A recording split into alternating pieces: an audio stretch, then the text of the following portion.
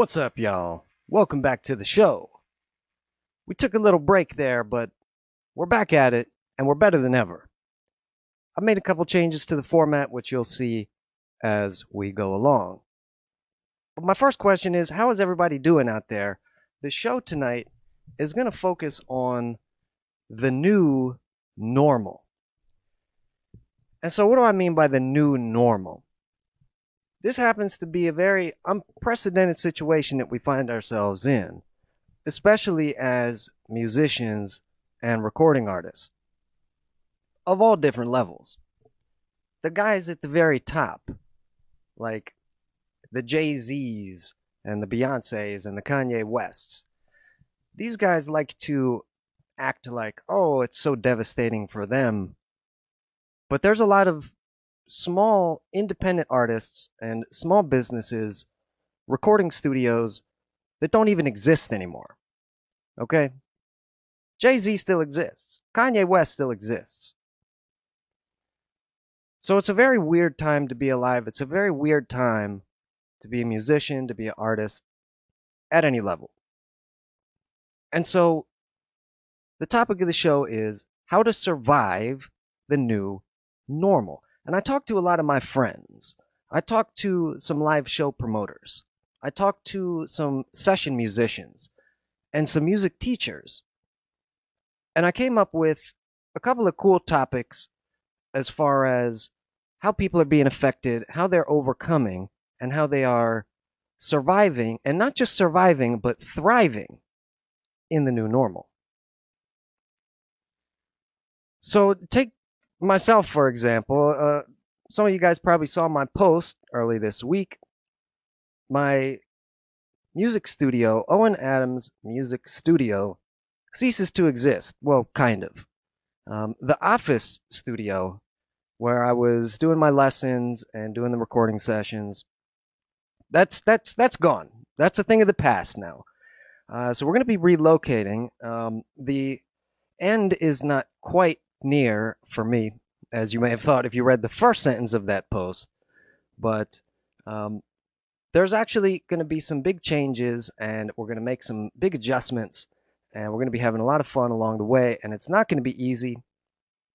I don't know why I decided to start season 2 at the exact same time where I'm wrapping 500,000 wires and carrying 500,000 huge pieces of gear out of the studio, but we'll see what happens. We'll make it work, folks. And so, yes, the studio is closed, and it's not the end for me because my lessons are now completely online.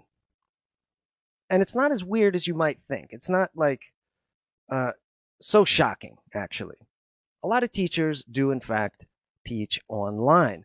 And I could name a couple of dozen teachers who used their online lesson program and website to kickstart huge, very successful careers as independent artists and musicians. And so that's the first topic, is how this is affecting young folks, or how this is affecting folks who aren't quite at the level of Jay-Z or Beyonce or Kanye West.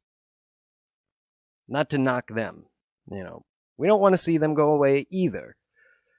But hopefully by sharing some cool information, we'll be able to help you guys out there avoid having to completely shut your doors. And yeah, you just have to change the way you're doing business. And another thing that is changing right now is the business of live music. And this is kind of an interesting one, because I personally have had to cancel shows because of the COVID situation that we find ourselves in, and plenty of other folks have as well. And it's kind of a bummer. Nobody wants to cancel a show, but I think everybody needed sort of a grace period to figure out how we're going to adjust and how we're going to make our moves going forward. And so we're going to talk all about the drive-in type shows that are taking place, where people pull up in their cars and I mean, it sounds a little bit weird to me, but apparently folks are having great success with that, because there's really cool technology that exists nowadays as far as being able to send your live PA feed over radio frequencies and send them into somebody's car while they might be sitting 500 feet away, but they can still hear every little nuance of the music that's happening on the stage. And so, you musicians out there, let us know how this is working out for you. Have you had success with doing the drive-in shows as opposed to the shows in the venue? Now, I've heard exactly the opposite about concerts that take place inside venues in close quarters. You know, venues around here, such as the Carlisle Club, I'm sure Blues Alley, Blue Dolphin, places like this, are most likely completely decimated as far as their audience attendance. And so it's a really interesting time. People are still finding ways to perform their music and do their shows. And so live shows still exist. They absolutely do. And they're still happening. The promoters are still making money as they always did. And the musicians are hopefully still getting paid. They may have taken a small cut. Let us know your experience with that. Have you guys out there, if you're not a musician, maybe you've gone to a concert, maybe you've gone to one of these weird drive-ins. Speaking for myself, I went to a church service where all of the congregation was sitting in the parking lot in their cars. But because of the technology, they had absolutely no trouble hearing everything that was going on with the microphones and the music. So let us know what you think about that as well. And so live shows are still happening. However, in lieu of having, less live performances, musicians are crafty. They're finding ways to make it and reach their audience and reach their fans that have nothing to do with live shows. And this is sort of what really interests me, is the younger musicians who are taking full advantage of the technology that we have at our disposal. Pretty much anybody can do a live broadcast at any time with just the iPhone that you have, or your Android, or your Samsung. And this is really cool. However, there's such an increase in people tuning into these types of things, it's hard to make your stream stand out among the other 100,000 musicians in a mile radius who are doing the same exact thing. So if you're a musician out there, if you're an artist, if you're a content creator of any type, let us know how you've survived and thrived by utilizing the technology. And so the other part of that is this whole podcast thing. Everybody's also starting podcasts. Now, this is not a new thing. Podcasting has been going on for many years now. And one of the greatest podcasters and one of the greatest content creators on the internet is a guy named Joe Rogan. And if you have not checked out the Rogan Experience podcast, go check it out. He basically set the entire stage and the entire standard for what a good podcast looks like. And if you haven't heard, Mr. Joe Rogan has now taken a $100 million deal with Spotify. So his podcast has existed on YouTube completely for free this entire time, for years and years and years. Now, thanks to this great deal, he's going to be moving all of his stuff over to Spotify. Now, I'm not sure if that includes his whole catalog, but if you have heard about that, definitely let me know if you're interested in chatting about the new craze known as podcasting. And by the way, you can check out my podcast, which we started a couple years ago now, just to get on the wave and say we did it. And it is still underway as we speak. And we have a really, really cool thing coming out on our podcast that would be the OC podcast, co-hosted by the one and only, the great Connor McTighe. A great friend of mine, great musician, great creative, one of these musical genius songwriter type of dudes. And so everybody is streaming, but they're also podcasting. And what that means is that musicians are still pretty busy. They're still reaching their fans. They're still getting a lot of stuff done. They're making moves. They're taking steps in the right direction for their career and beyond. But that can also create a lot of friction in your household. Everybody's locked up in the same place.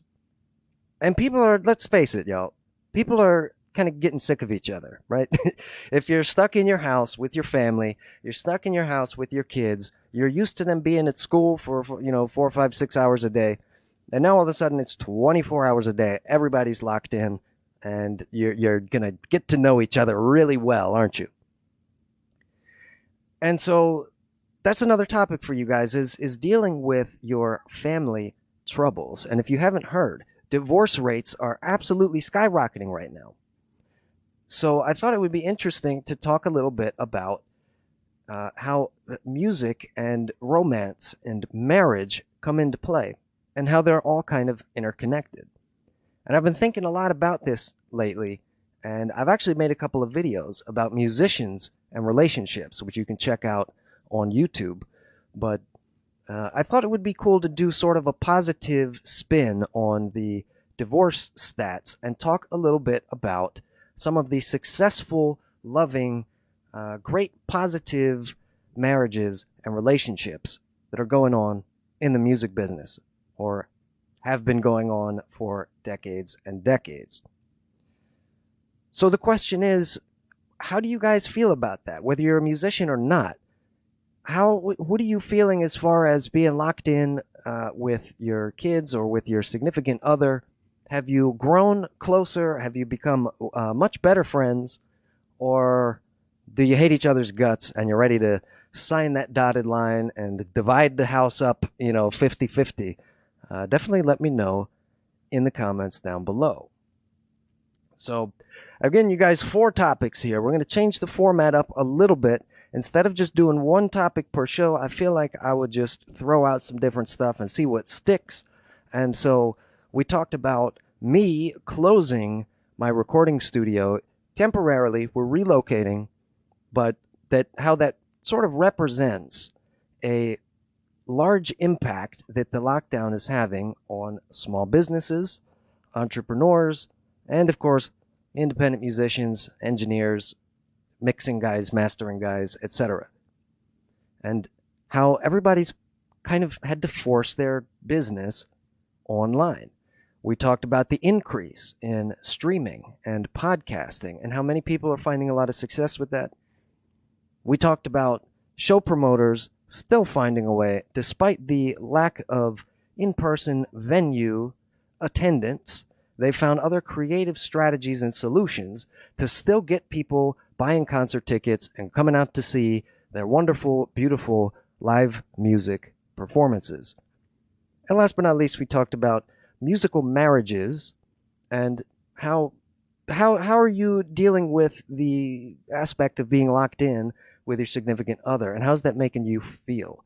Let us know in the comments down below, and we will definitely keep the conversation going.